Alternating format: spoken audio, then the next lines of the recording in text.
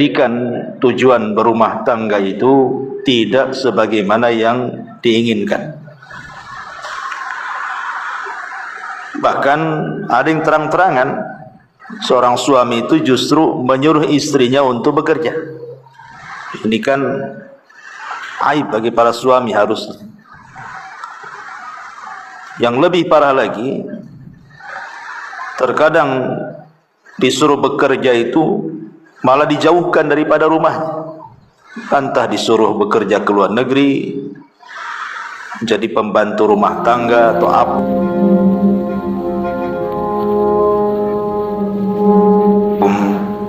Warahmatullahi wabarakatuh.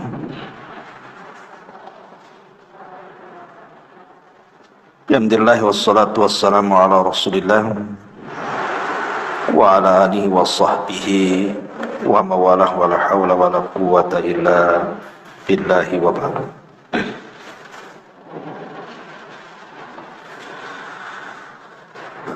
Alhamdulillah, segala puja dan puji hanya milik Allah subhanahu wa ta'ala. Salawat dan juga salam kita hadiahkan kepada Rasul kita Nabi besar Muhammad sallallahu alaihi wa ala alihi wasallam. Ma'asyiral muslimat yang dimuliakan Allah subhanahu wa ta'ala, alhamdulillah, segala puja dan puji hanya milik Allah. Di pagi hari ini kembali kita duduk untuk bertalabul ilmi, dan pembahasan di pagi hari ini masih seputar nasihat. Kita akan membahas tentang seputar keluarga, wabil khusus tentang beberapa kesalahan-kesalahan fatal yang dilakukan para suami. Dan ini ibu bisa sampaikan kepada para suami ya. Nah, bapak-bapaknya nggak hadir masalahnya. Ma'asyiral muslimat yang dimuliakan Allah subhanahu wa ta'ala, tidak memperpanjang mukaddimah karena juga waktu. Yang pertama, kesalahan yang fatal bagi seorang suami adalah tidak memberikan nafkah. Dan ini banyak dilakukan oleh para suami yang tidak bertanggung jawab. Mungkin dengan berjalannya waktu biasanya. Kalau awal-awal menikah biasanya masih bagus. Tapi dengan berjalannya waktu, nampaklah ada beberapa watak atau sifat para suami itu yang kemudian menjadikan tujuan berumah tangga itu tidak sebagaimana yang diinginkan. Bahkan ada yang terang-terangan seorang suami itu justru menyuruh istrinya untuk bekerja. Ini kan aib bagi para suami harusnya. Yang lebih parah lagi, terkadang disuruh bekerja itu malah dijauhkan daripada rumahnya. Entah disuruh bekerja ke luar negeri, jadi pembantu rumah tangga atau apalah pekerjaan, yang itu sebenarnya bukan kewajiban seorang istri mencarinya. Karena Allah subhanahu wa ta'ala mengatakan dalam surah Al-Baqarah 233, wa 'alal mauludi lahu rizquhunna wa qiswatuhunna bil ma'ruf.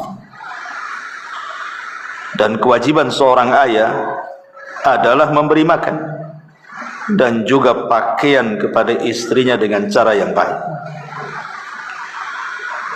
Makanya ditegaskan dalam sebuah hadis yang dikeluarkan Imam Ahmad dalam musnadnya, Nabi mengatakan, kafa bil mar'i isman an yudayyi'a man yakun. Cukuplah seseorang itu telah melakukan dosa ketika dia melalaikan kewajiban kepada orang yang harus ditunaikan. Ini yang pertama, ini yang fatal ya. Kalau suami kok tidak mencari nafkah, malah cenderung menjadi pengangguran, padahal kalau dia mau mencari kerja itu pasti ada saja. Karena tidak mungkin Allah Subhanahu wa taala menahan rizki seseorang, apalagi dia seorang kepala rumah tangga yang di bawahnya ada orang-orang yang diberi makan oleh dia, anak istrinya. Mustahil. Bahkan yang ada, kalau seandainya dia niat untuk mencari kerja, pasti Allah mudahkan. Ini yang pertama. Yang kedua, mengambil harta istri secara paksa. Ada sebagian suami yang tidak punya akhlak. Terkadang boleh jadi mungkin bahasanya halus, si suami mau ngambil harta istri itu mungkin dengan bahasa-bahasa ya untuk keperluan, nanti diganti, padahal nggak diganti itu ya. Atau mungkin betul-betul dengan cara paksa, mungkin istrinya nggak tahu, atau emasnya diambil dijual kan gitu. Atau betul-betul dengan cara tekanan, kayak orang ngerampok gitu ya. Ah, mana emasnya, sini kan itu, mana uangmu. Nah, ini kan jelas-jelas zalim. Allah Subhanahu wa taala mengatakan, ya ayyuhalladzina amanu la ta'kulu amwalakum bainakum bil batil. Wahai orang-orang yang beriman, janganlah kalian makan harta dengan cara batil. Ini sama dengan mencuri namanya, atau mungkin lebih parah lagi merampok kalau memang jelas-jelas memaksa untuk mengambil. Karena dalam Islam itu harta istri itu solid milik dia, tidak ada ikut campur suami. Makanya kenapa kalau kita bicara tentang bab waris, kok laki-laki dapat satu, perempuan kok dapat separuh dari bagian laki-laki? Zahirnya nampak tidak adil, harusnya satu-satu lah. Masa perempuan separuh dari warisan laki-laki? Mana adilnya? Kita katakan Allah lah memberikan hukum itu sudah adil. Sebab kalau seandainya laki-laki itu menikah seandainya, maka harta yang satu itu berbagi dengan istrinya. Tapi kalau si istri dia dapat warisan, dia tidak bisa berbagi dengan suami, itu harta-harta dia. Gak berhak suami mengambil harta yang memang itu milik dia, hasil jerih payah dia atau warisan dari orang tuanya, kecuali illa an takuna tijaratan an taradim minkum, kecuali kalau memang si istrinya redha mau bantu suaminya. Namanya suaminya punya skill usaha, ndak punya modal, istri punya duit. Udah bang, saya ada duit, ada modal, nggak apa-apa pakai saja. Berarti di sini ada kerelaan, ya kan? Si istri ngasih si suami. Tapi kalau tidak ada kerelaan, tidak boleh seorang suami mengambil harta istri secara paksa. Ini kezaliman dalam rumah tangga. Ini yang kedua. Yang ketiga, memaksa istri untuk tinggal di rumah orang tuanya dan tidak berusaha untuk mencari tempat tinggal untuk istrinya. Mencari tempat tinggal itu kan tidak harus punya rumah sendiri, beli tanah, bangun rumah, kan tidak harus seperti itu. Kan ngontrak juga bisa. Kalau memang belum ada kesanggupan membuat rumah atau membeli rumah, bisa ngontrak. Tapi kalau seandainya kemudian suami memaksa istrinya tinggal bersama keluarganya, maka ini kezaliman kepada istri. Karena bagaimanapun seorang istri itu harus punya kekuasaan sendiri dalam rumahnya. Sebab kalau campur dengan orang tuanya, dia tidak punya kekuasaan di situ. Dalam bab berumah tangga, dalam bab poligami saja, tidak boleh seorang suami mencampurkan satu rumah dengan istri. Kenapa? Karena tidak punya kekuasaan. Kecuali kalau umpamanya dapurnya sendiri-sendiri, kamarnya sendiri-sendiri, ruang tamunya sendiri-sendiri, kan begitu ya. Karena ada yang sifatnya privasi masalah, yang tidak bisa seseorang itu kemudian nyampur dengan orang lain. Makanya sebuah kezaliman suami kalau memaksa istri tinggal di rumah orang tuanya. Ma'asyiral muslimin muslimat yang dimuliakan Allah Azza wa Jalla, tentu di sini baik memaksa tinggal di rumah orang tuanya sendiri atau di rumah orang tua suaminya. Kecuali ada uzur, umpamanya sakit, ya mungkin orang tuanya sakit, kemudian suami meminta dia tinggal di rumah orang tuanya untuk merawatnya, kan hanya temporary saja, tidak selamanya kan. Kalau sudah sembuh ya baliklah kan itu. Ini yang ketiga, karena Allah mengatakan dalam surah At-Talaq itu, askinuhunna min haitsu sakantum, berilah mereka tempat tinggal yang layak.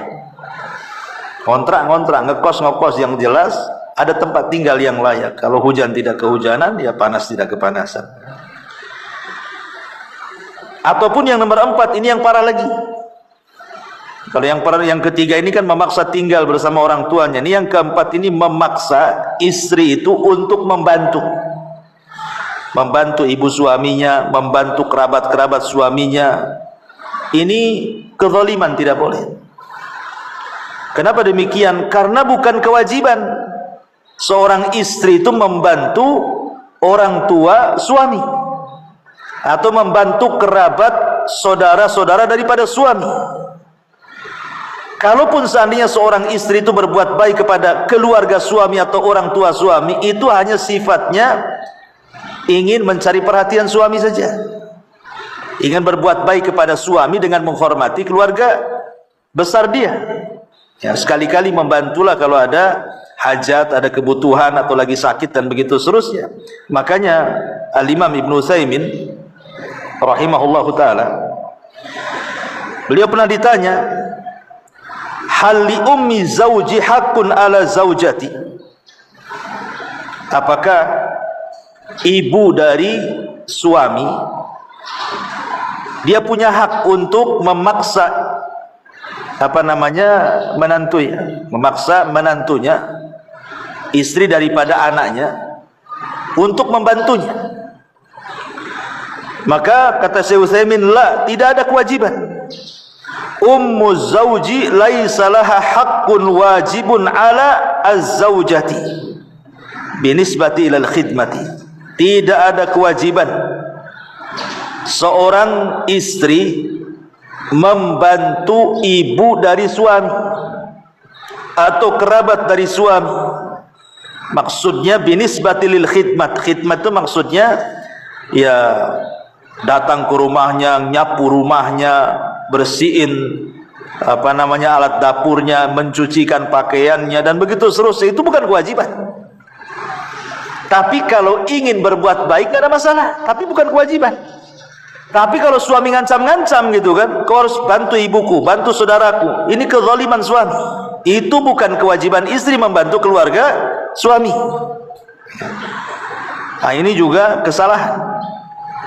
Jadi ibu kalaupun membantu mertua, ya itu karena kebaikan. Kebaikan apa? Ingin mengambil hati suami supaya lebih sayang lagi, karena kita punya perhatian kepada keluarganya. Sebab kalau kita tidak punya perhatian kepada keluarga suami atau kepada orang tuanya kan, suami pun mungkin malas sama ibu kan gitu. Tetapi kalau dikatakan wajib sampai kemudian memaksa suami untuk membantu orang tuanya atau kerabatnya, ini kesalahan fatal, kezaliman. Tidak boleh. Ini yang nomor 4. Kemudian yang nomor 5, terkadang ada sebagian suami yang tega, artinya ketika istri ini mau bersilaturahim kepada keluarganya. Mungkin dia sudah lama nggak pernah berkunjung sama orang tuanya di kampung mungkin kan, kitanya pula di Batam. Ataupun ingin berkunjung kepada kerabat-kerabatnya, entah saudara kandungnya, paman-pamannya, bibi-bibinya. Terkadang ada suami itu yang menghalang-halangi. Tidak boleh, kamu tidak boleh pergi, kamu tetap di rumah. Nanti berhujah pula dia, kan suamimu lebih harus ditaati dibandingkan orang tuamu. Betul, kaidah itu tidak salah, ya. Tetapi kalau seandainya kemudian melarang-larang, mengancam-ngancam tidak boleh seorang istri bersilaturahim kepada keluarganya, ini namanya suami sama saja hendak memutus silaturahim. Dan Allah katakan, fahal asaitum in tawallaitum an tufsidu fil ardi wa tuqatta'u arhamakum. Maka apakah kiranya jika engkau sudah berkuasa merasa jadi suami, kamu berbuat kerusakan di permukaan bumi, kemudian berusaha memutuskan hubungan keluarga, lihat dampaknya, ulaika alladzina la'anahumullah fa asammahum wa a'ma absarahum. Mereka lah orang-orang yang dilaknat Allah dan ditulikan telinganya, dan mereka akan dibutakan penglihatannya di hadapan Allah Subhanahu wa taala. Bayangkan sampai ada ancaman laknat dari Allah. Maka tak boleh seorang suami itu melarang-larang istrinya untuk bersilaturahim kepada keluarganya. Tetapi juga istri harus tahu diri juga, kan itu. Jangan kemudian setiap waktu ngajak suaminya ke keluarganya, tahu mungkin jauh tempatnya, mungkin gaji suaminya pun tak banyak. Akhirnya karena merengek-rengek terus, terpaksalah suami akhirnya nekat cari uang tanpa melihat halal haram pula. Yang penting istrinya senang, kan nggak boleh juga. Ya, jadi harus melihat kondisi keuangan juga. Kemudian yang nomor 6, terkadang ada sebagian suami itu kalau mungkin ibu melakukan kesalahan, itu sampai menegurnya itu sampai taraf menyiksa,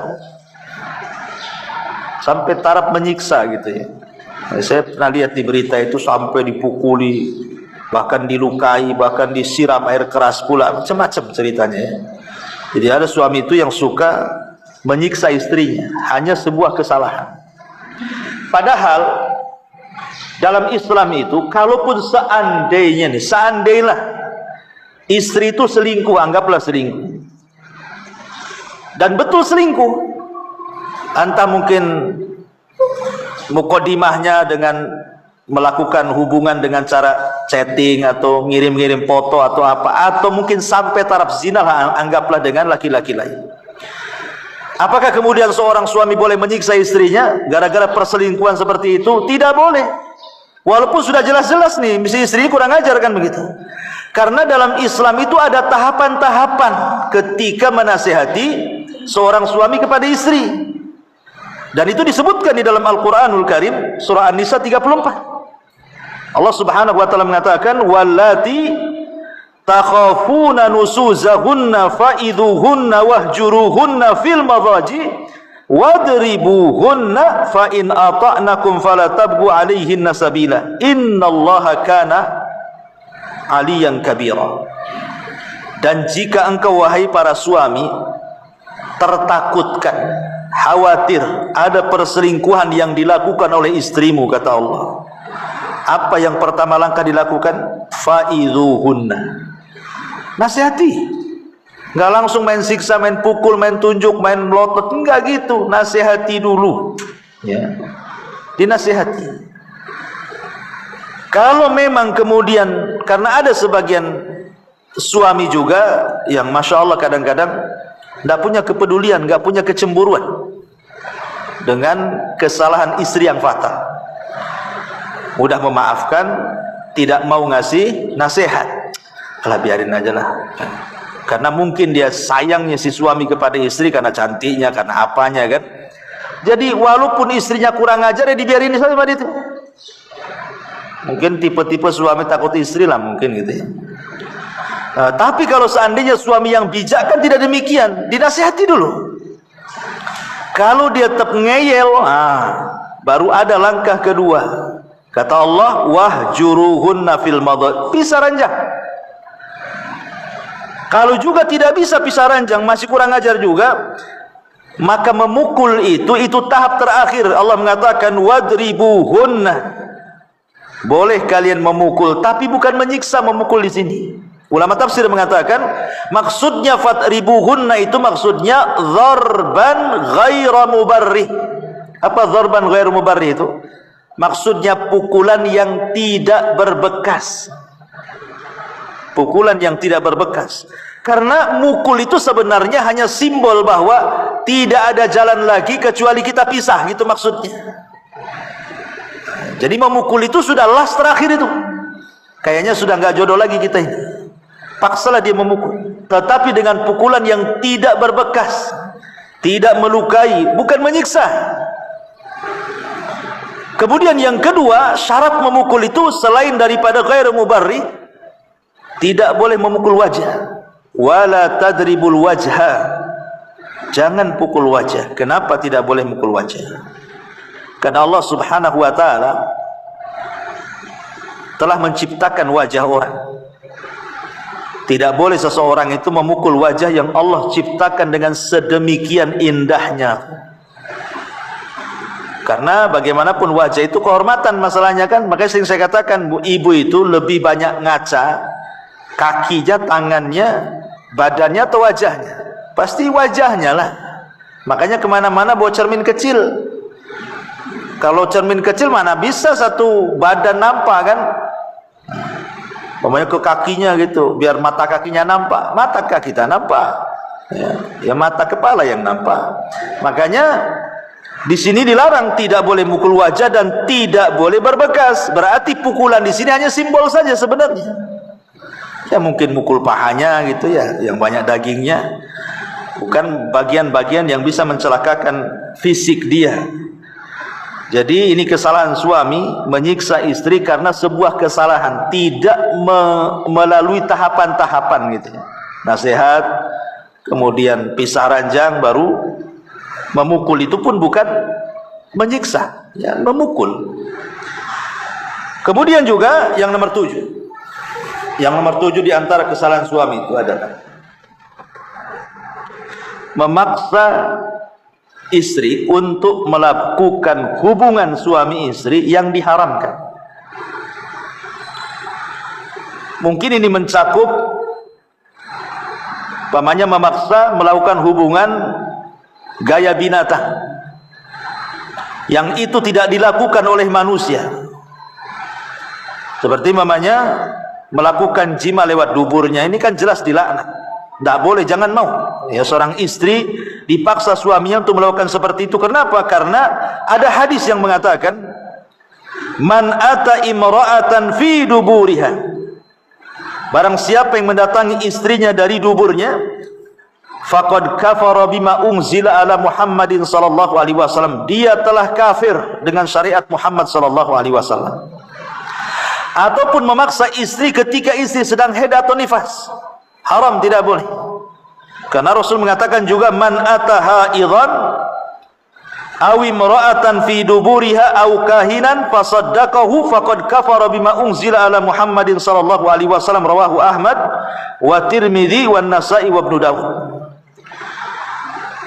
Barang siapa yang mendatangi istrinya dan dia sedang haid, atau mendatangi istrinya dari duburnya, atau mendatangi dukun dan membenarkan ucapannya, maka dia telah kufur dengan syariat Muhammad sallallahu alaihi wa ala alihi wasallam. Jadi tidak boleh, ya. Ibu jangan mau juga kalau suami maksa seperti itu. Atau mungkin meniru orang-orang barat lain. Meniru orang-orang barat yang menjijikkan bahasanya, mungkin disuruh makan kotoran atau apa, naudzubillah. Intinya bahwa kalau memang dia memaksa untuk melakukan hubungan yang aneh-aneh, yang tidak sejalur dengan fitrah dan juga syariat Islam, maka ibu jangan mau. Karena ini kezaliman suami. Ngapain maksa-maksa seperti itu? Terkadang binatang saja tidak melakukannya, manusia pula melakukannya. Naudzubillah. Ya. Ini yang nomor 7. Kemudian yang nomor 8. Ini juga kesalahan fatal ya. Yang nomor 8, meninggalkan istri dengan cara menggantung. Tidak menceraikan, ya tidak memberikan nafkah. Ada suami ini kalau seandainya dia nggak senang dengan istrinya, langsung pergi dia. Habis itu tak balik lagi. Harusnya kalau memang dia tidak suka, ceraikan, biar dia dapat jodoh lagi. Ini diceraikan tidak, dikasih nafkah tidak. Nah, ini kan bahaya. Makanya Allah Subhanahu wa taala mengatakan dalam surah An-Nisa 129 itu, "Fala tamilu kullal maili fatadaruha kal muallaqati." Apa kata Allah? Fala tamilu kullal maili fatadaruha kal muallaqah. Sehingga kamu biarkan istri kamu terkatung-katung tanpa ada kejelasan. Ini menyiksa anak orang. Kalau memang sudah tidak suka, ceraikan. Dalam Islam kan selesai, ceraikan aja. Tinggal ngomong saya ceraikan kamu, selesai. Yang penting kemudian selesai dulu si istri ini. Kalau dia menikah lagi kapan-kapan kan bisa gitu. Walaupun mungkin secara pengadilan belum sah, kan gitu ya. Tapi kan secara syar'i kan bisa sah itu mengatakan saya ceraikan kamu. Artinya si wanita itu atau si istri sudah bebas itu. Menentukan pilihan hidupnya kan bebas kan. Nah, sekarang ini nggak jelas suami saya menceraikan nggak, sementara mungkin dia pun ingin hidup layaknya orang lah, ingin berumah tangga, atau mungkin dia melirik ada laki-laki yang mungkin soleh bagi dia. Nggak bisa, kenapa? Karena dia masih terikat pernikahan dengan orang lain. Nah, ini kan kezaliman namanya. Maka ini juga kesalahan suami. Jangan kemudian menggantung istri seperti itu. Kalau nggak suka, ceraikan, selesai. Apa susahnya menceraikan? Biar dia punya kehidupan sendiri. Ya. Ini juga farah ini ya, yang nomor 8 ini. Kemudian yang nomor 9 ya, safar lebih daripada 6 bulan, nggak ada kabar lagi. Yang parah kalau ada kabar masih mendingan. Ini safar cari pekerjaan, nggak ada kabar pula. Tahun-tahun kadang-kadang hilang. Kalau memang dia mati, di mana kuburnya kan itu. Kalau dia memang kawin lagi, di mana madunya kan itu. Kalau dia masih ada, masih bekerja, ya harus jelas tempat bekerjanya. Ini kadang-kadang hilang itu, nggak tahu nasibnya seperti apa. Yang lebih parah itu sampai bertahun-tahun tuh, ada sampai 10 tahun, kadang lebih kadang-kadang. Tapi si istri ini setia, masih nunggu saja kan. Itu kayak nunggu ikan di kolam keru. Ada nggak tuh ikannya? Ada nggak tuh? Namanya keru kan itu. Jadi nggak jelas gitu ya. Maka ini juga, padahal dalam Islam itu seorang suami kalau pamit bekerja kepada istri itu paling lama 6 bulan dia harus pulang. Kecuali ada izin istrinya. Kalau istri ngizini ya nggak apa-apa, karena mungkin terikat kontrak di kapal harus 2 tahun baru boleh pulang kan gitu ya. Atau di perusahaan mana yang tidak bisa setahun pulang. Nah, nanti persetujuan istri, kalau istri tak mau ya jangan. Nggak usah lah bang, nggak usah kerja di situ, nggak apa-apa lah, jual es cincau aja, yang penting abang di rumah kan itu. Tapi ada istri yang baik hati, nggak apa-apa bang, ya, berangkat aja bismillah. Tapi hati-hati apa? Pokoknya hati-hatilah. Safar lebih 6 bulan itu dilarang. Umar bin Khattab radhiyallahu anhu. Jadi Umar ini biasanya kalau ngirim pasukan itu setahun sekali di rolling. Setahun di rolling gitu ya. Jadi satu malam Umar ini lewat di sebuah rumah, kemudian ada seorang wanita menyair karena kerinduan dia kepada suaminya, sampai di antara bait syairnya, kalaulah bukan karena takut kepada Allah, tentu ranjang ini akan bergoyang. Dia bilang, maksudnya kalau saya tidak takut kepada Allah, sudah saya selingkuh dengan orang gitu. Tapi karena takutnya aku bertahan. Jadi Umar ini mendengar seperti ini, hasrat seorang wanita itu, akhirnya disitulah dia merubah kebijakan pengiriman pasukan yang tadinya setahun rolling menjadi 6 bulan rolling jadinya. Dari sini Umar bin Khattab radhiyallahu an kemudian memutuskan per 6 bulan para tentara pulang ganti. Ya, dan ini juga menjadi dalil bahwa seorang suami kalau meninggalkan istri paling lama 6 bulan pulang.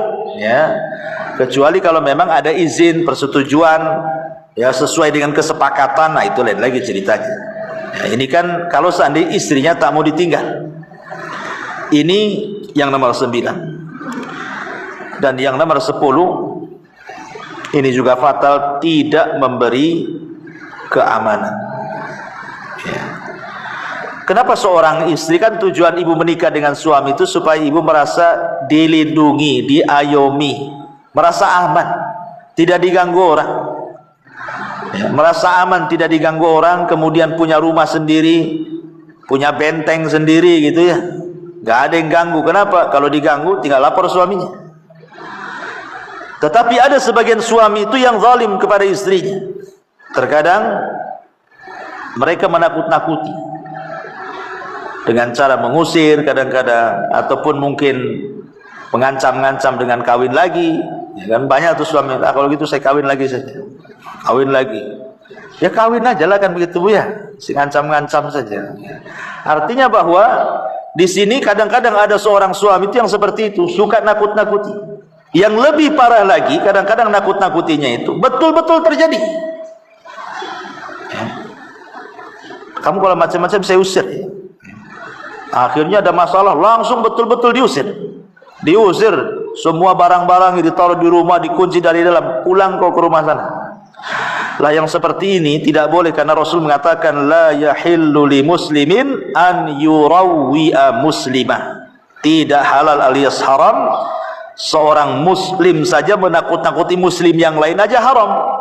Apalagi seorang suami menakut-nakuti istrinya, ini kezaliman. Inilah yang disebutkan para ulama, ini kesalahan yang fatal. Kesalahan yang fatal suami kepada istri.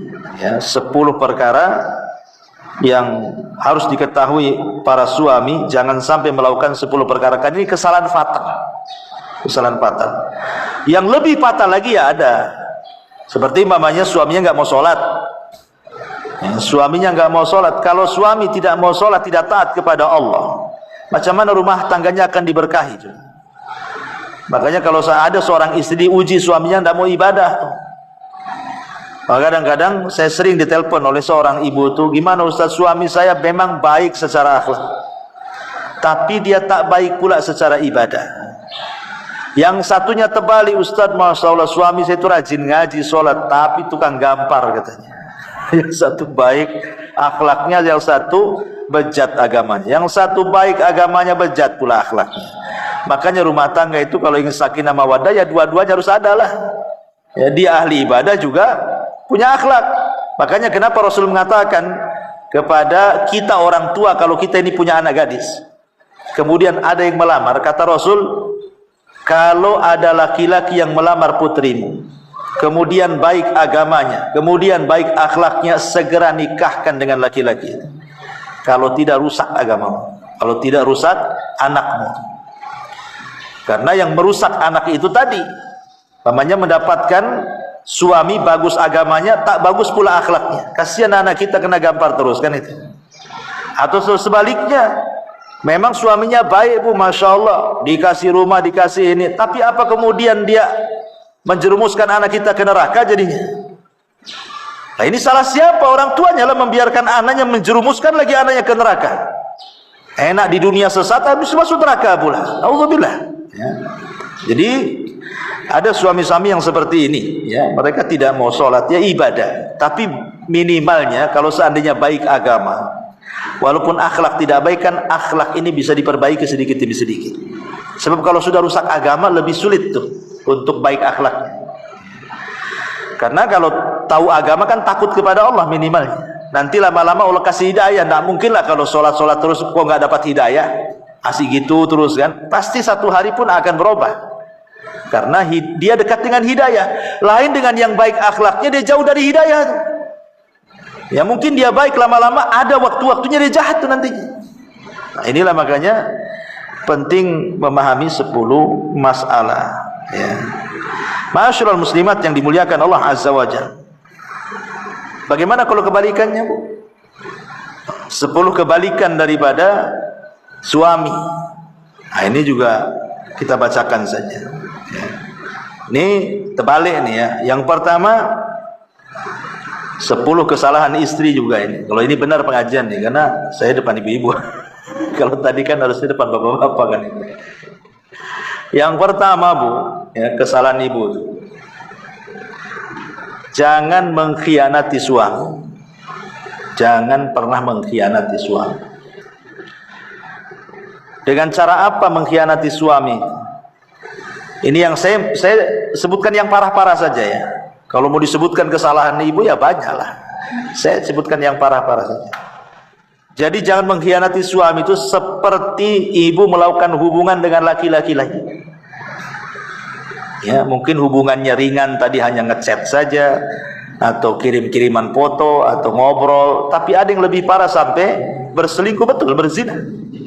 Ya. Maka ini pengkhianatan tingkat tinggi dalam rumah tangga. Tidak boleh. Bahkan yang lebih parah sampai dalam hubungan. Seorang istri ketika berhubungan dengan suami, ketika berhubungan itu yang dibayangkan seolah-olah bukan suami dia yang sedang menghubungi dia, tapi orang lain yang sedang berhubungan dengan dia. Ini syaitan. Ya, ini namanya ada jin namanya jin al-asyik. Ya, ada nama jin itu namanya jin al-asyik. Jin al-asyik ini yang suka mengganggu rumah tangga. Masuk kepada para wanita, kemudian menghayalkan laki-laki lain. Terkadang laki-laki ini mungkin ibu tidak kenal, tidak pernah ketemu, tidak pernah salaman, tidak pernah ngobrol. Boleh jadi mungkin artis-artis yang ibu nggak kenal, mungkin tengok drakor gitu ya, drama Korea. Habis tengok artisnya, tengok pula suami ibu. Oh beda, yang ini putih, yang ini hitam, hitam putih jadi gitu ya. Akhirnya kemudian kebayang pula, ini nggak boleh. Kalau sudah menjadi suami, terimalah takdirmu. Terima takdir, itulah takdir. Justru di situ letak sorganya ibu itu, sabar. Ketika melihat suami tetangga ganteng, kok suami sendiri kurang ganteng, ibu sabar, di situ letak sorganya. Sabarnya di situ. Ini yang pertama. Yang kedua, ya, menyama-nyamakan suami dengan orang lain. Mungkin dulu si istri ini pernah menikah dengan suami yang lama, kemudian menikah lagi dengan suami yang baru, cerai, menikah dengan suami yang baru. Akhirnya dibanding-bandingkan. Bang, kok bukan kayak suami yang dulu katanya. Kenapa suami yang dulu baik? Lah kenapa kok nikah aku? Kan gitu. Jadi ada orang yang istri itu dia ya itu masih mending lah, karena kan dalam lingkup keluarga. Tapi yang lebih parah itu membanding-bandingkan dengan suami tetangga, itu yang masalah. Karena hakikatnya sebenarnya kalau umpama ibu mengatakan seperti ini kepada suami itu, bang, tengoklah tuh suami sebelah tuh. Tengok, apa yang harus ditengok? Tengoklah, kan? Apa yang ditengok? Kan? Tuh tengok tuh, pagi-pagi dia bangun, ya kan? Wangi, ganteng, kerjanya bagus, abang nih tidur, pokoknya ya pahamlah ibu-ibu kan. Kalau sebenarnya kalimat seperti ini nggak layak diucapkan. Kenapa? Itu sama saja ibu itu memposisikan kalau gitu suami saya itu dia dan bukan kamu. Itu sebenarnya bahasanya seperti itu, cuman dibahasakan lain. Ya. Jadi tidak boleh, apalagi sampai menunjuk betul-betul nampak suami tetangganya lewat. Itu kayak dia, itu lebih parah lagi. Ya. Jadi kalau takyin itu lebih parah lagi. Tadi kan umum, tetangga yang mana kan ya. Tapi kalau ini kan sama dengan ibu mengatakan kalau bisa suami saya itu dia, bukan kamu. Gitu. Cuman bahasanya dipelintir saja sama ibu. Ini yang kedua. Yang ketiga, ibu jangan membalik dunia. Ya, jangan membuat dunia terbalik. Dengan cara apa? Ibu itu kan dipimpin sama suami. Ini terbalik, ibu mimpin suami. Ada perempuan-perempuan itu mau jadi pemimpin, mau dipilih dia untuk presiden 2024. Jadi ibu ini maunya jadi pemimpin dalam rumah. Nggak boleh ibu. Kadrat seorang ibu ya ibu ini bukan pemimpin, dipimpin. Karena pemimpin itu sudah jelas, ar-rijalu qawwamuna 'alan nisa, kan suami pemimpin, jelas Quran mengatakan ar-rijalu qawwamuna 'alan nisa. Kurang apa? Kemudian Allah berikan alasan kenapa mesti laki-laki. Bima faddalallahu ba'dahum 'ala ba'din wa bima anfaqa min amwalihim. Jelas dari segi tenaga bu, suami lebih kuat tenaganya. Ya, mau ibu kerja bangunan, ya, suami lebih kuat, dia kerja kuat suami itu, cara berpikirnya juga kuat. Kemudian juga mereka sempurna agamanya. Sempurna agamanya. Kalau ibu kan akalnya tidak sempurna karena berbagi dengan perasaan, kemudian agama tidak sempurna juga karena waktu-waktu tertentu ibu nggak bisa ibadah. Waktu haid mana ibu bisa sholat, bisa puasa, pegang mushaf aja diperselisihkan, kan begitu. Jadi agamanya kurang tuh. Kalau laki-laki kan sempurna, ya tidak mungkin laki-laki haid LGBT itu namanya kan. Laki-laki itu ya pasti sempurna agamanya. Ya, maksudnya tidak ada penghalang bagi dia untuk beribadah. Kalau perempuan tidak. Ya. Makanya kenapa kemudian terimalah kodratnya kalau seorang istri itu memang dipimpin oleh suami. Jangan suka mimpin. Karena ada istri itu dia mau semau gue lah bahasa sayanya itu. Keluar rumah sesuka dia, ya, mau izin mau enggak terserah dia. Contoh suaminya datang, istrinya nggak ada. Celakanya lagi handphonenya bukan di silent lagi, dimatikan. Nah suami apa nggak pusing nyari ibu kemana kan itu? Harusnya kan nggak seperti itu. Itu namanya kalau mau merdeka, kenapa nikah? Nggak usah nikah lah kalau merdeka. Ya, jadi jangan membalik dunia, hormati suami. Ya, jangan menjadi pengatur dalam rumah tangga. Aturan rumah tangga itu sudah baku, Bu. Hak istri apa, hak suami apa, sudah ada, diatur semuanya. Ya, kemudian kadang-kadang nggak mau menerima pendapat suami kan. Suami baru ngomong, ibu udah ngomong duluan. Yang keempat, tadi meninggalkan rumah tanpa izin. Bu, dalam setiap rumah tangga pasti ada masalah. Nggak mungkin nggak ada masalah. Rumah tangga Nabi aja masalah. Rumah tangga sahabat aja masalah. Apalagi rumah tangga ibu pasti ada masalah. Kalau ada masalah, Bu, jangan kabur dari rumah. Ini fatal. Ya, kalau sampai seorang wanita meninggalkan rumah, ini fatal sekali. Karena berarti perempuan ini tidak mau menyelesaikan masalah keluarga. Dia mau memperluat. Sebab kalau dia sudah kabur dari rumah, ini masalahnya bukan sebatas rumah, tapi dia akan menyebar kemana-mana. Tidak mungkin orang lagi kesel kemudian ke rumah kawannya tidak cerita di kawan, itu mustahil. Atau mungkin pulang kampung ke rumah orang tuanya, nggak mungkin diam-diam, pasti akan cerita juga. Sampai kapan ibu diamkan itu? Murung-murung pasti ditanya kawannya. Susah kali kamu tertawa, biasanya pokok tawa itu 1 jam dah berhenti. Kadang senyum aja susah, mesti kan ditanya begitu. Atau paksalah awalnya mungkin sedikit yang diceritakan. Keasikan melebar, akhirnya semua diceritakan. Kan jadinya memindahkan masalah tuh jadi. Maka ini yang nomor 4. Kemudian yang nomor 5, jangan menghina keluarga suami. Ini fatal. Ya, banyak istri-istri itu yang tidak menghormati keluarga suami, bahkan lebih parah menghina ibunya suami, menghina saudaranya suami. Ada ya perempuan yang nggak tahu diri nih kayak gini. Ya. Kemudian juga yang nomor 6, jangan suka berdusta. Maksudnya berdusta, dustanya ini yang tingkatannya dusta besar, bukan dusta kecil. Kalau berdusta dalam rumah tangga itu dibolehkan sebenarnya, kalau dalam rangka untuk keutuhan rumah tangga. Keutuhan rumah tangga, memuji suami ibu. Oh, masya Allah, tidak ada orang ganteng satu komplek ini kecuali suami saya. Ya, itu karena tidak ada pemilihan. Kalau ada pemilihan ya, nah, intinya ya nggak apa-apa kan, bohong-bohong sedikit nggak apa masalah. Tapi masalahnya ada nih seorang istri kalau berdusta. Ini sampai tingkat perang tetangga.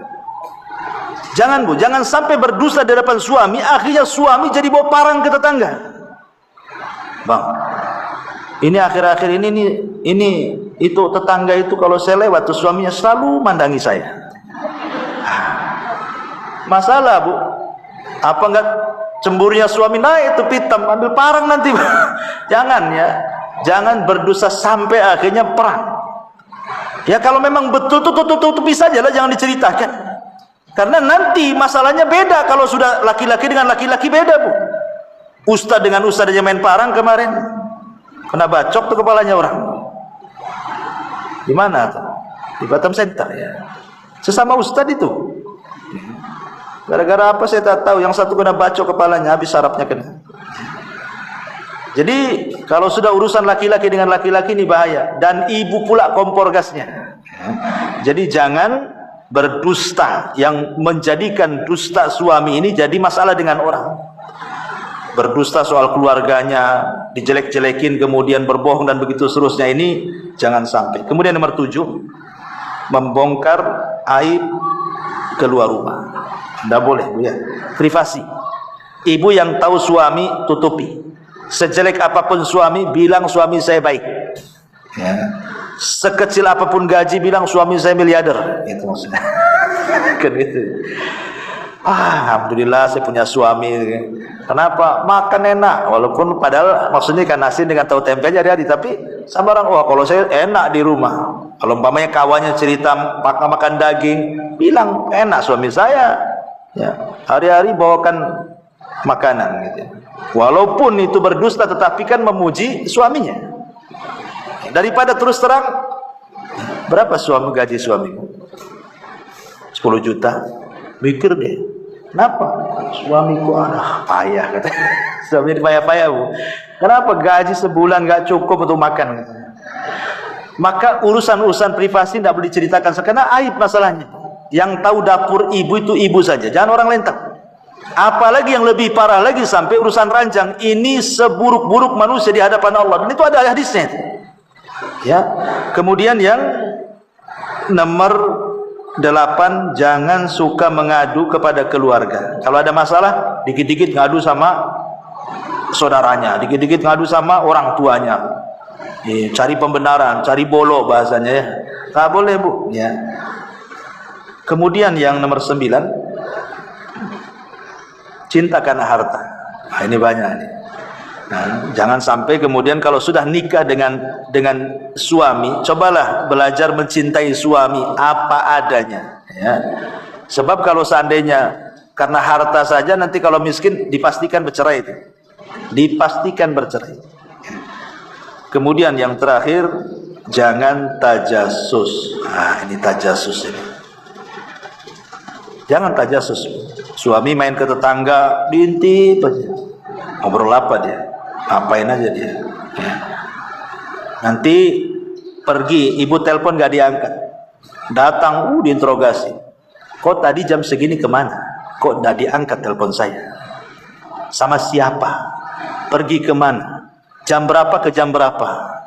Nah, itu kan ada orang yang istri-istri yang suka interogasi kayak gitu. Itu namanya tajasus, Bu. Sini handphonenya, saya mau periksa. Nah, ini kan ngeri kali. Mana dompetnya? Jangan-jangan ngelong pula, hilang semua uangnya. Kemana? Ada ya. Ibu kalau suami datang itu, bukan itu pertanyaannya, tapi mau apa? Mau apa? Mau makan? Ya. Mau apa? Mau diurut? Mau diapa? Gitu. Ini enggak. Dari mana? Sama siapa? Kok baunya lain? Subhanallah, ada. Ini tajasus tidak boleh, Bu. Ya. Ini makanya kenapa ada 6 sifat. Kenapa Imam Ghazali itu mengatakan jangan ada seorang istri itu punya 6 sifat. Ya. Pertama, suka mengeluh, kata dia. Yang kedua, suka mengungkit kebaikan. Aku kan udah masak, memang kewajiban ibu. Kenapa harus dikasih tahu kan gitu ya? Aku udah melayani kamu, sudah masak, sudah nyuci, sudah. Bu, itu kebaikan ibu, ibu dapat pahala, Bu. Ibu berbuat baik kepada suami itu bukan barter. Bukan.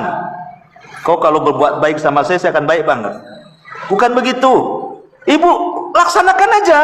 Ya, kebaikan ibu nyuci, masak itu pahalanya sendiri. Ya, kalau barter itu tidak boleh. Jadi karena ibu kan menjadi istri itu, untuk apa ibu jadi istri? Kan ingin cari pahala masuk surga. Tapi kalau sudah kebaikan sistem barter, Bu, itu tidak bisa. Ya. Jadi jangan berbuat baik kepada suami itu dengan sistem barter. Pokoknya laksanakan aja kewajiban ibu. Soal suami jahat terserah. Yang penting saya melaksanakan selaku seorang istri, gitu maksudnya. Karena saya tidak mengharap pahala engkau, wahai suamiku. Saya mengharap pahala Allah, itu maksudnya. Jadi jangan suka, kata Imam Ghazali, jangan suka mengungkit kebaikan. Yang ketiga, ya, jangan suka menceritakan masa lalu. Jangan suka menceritakan masa lalu. Kan ada tuh seorang, mungkin maaf kadang-kadang dulunya mungkin ya masa lalunya suka gonta-ganti pasangan, pacaran atau apa. Sekarang sudah menikah, jangan diceritakan tuh pacar-pacar 1, 2, 3, 4. Banyak kali butuh pacarnya dulu. Tidak usah tutup, ini suami saya, inilah pacar saya, selesai ya. Kemudian kata Imam Ghazali yang keempat, jangan sampai memiliki sifat selalu membesar-besarkan dunia ya. Suami tahu gajinya berapa, pokoknya karena sekarang sudah ada udah handphone semua belanjaan bu, wah hari-hari Tokopedia aja ditonton nih bu tuh, Tokopedia, Marketplace, apalagi tuh. Nah, akhirnya tas lewat, ini lewat, itu lewat. Tahu gaji suami seberapa? Ini yang branded itu yang ditonton. Kan gitu ya. Gaji setahun habis lah tuh beli satu tas tuh. Jangan selalu membesar-besarkan dunia. Ya, terimalah apa adanya.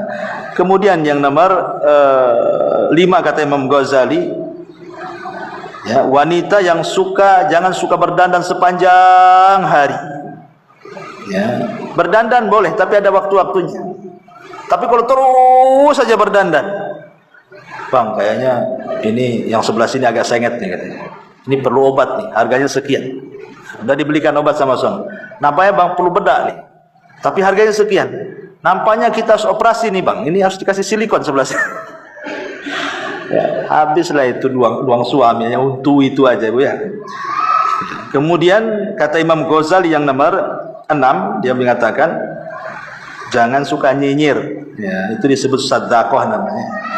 Suka nyinyir atau apa suka banyak bicara lah, ember. Wallahu a'lam.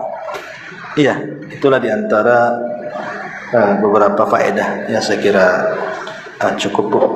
Takut telat ada pertanyaan.